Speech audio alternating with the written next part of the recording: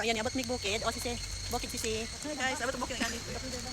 Ayan, si Sister Kel. Ayan, abating kami ng bundok.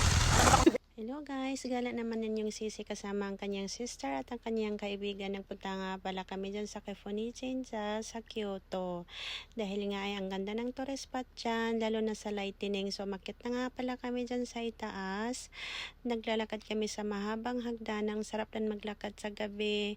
Nakikita mo yung napakagandang lightning nila dyan. So pag-akyat nga pala kami dyan sa itaas, makikita mo na yung nakasabit sa may kawayan na ang daming wish.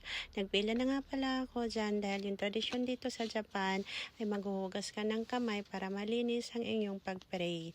Nagpray na nga pala kami dyan ng kapatid ko at naghulog kami ng hakyen, piso dito sa Japan. After namin mag-wish, so nagsulat nga pala kami muna dyan ng aming wish ngayong taon. Tapos isasabit namin dyan sa may kawayan para matupad ang yung wish sa buong taon. So, nagbaba na nga pala kami dyan. Makikita mo yung restaurant doon sa may tubig.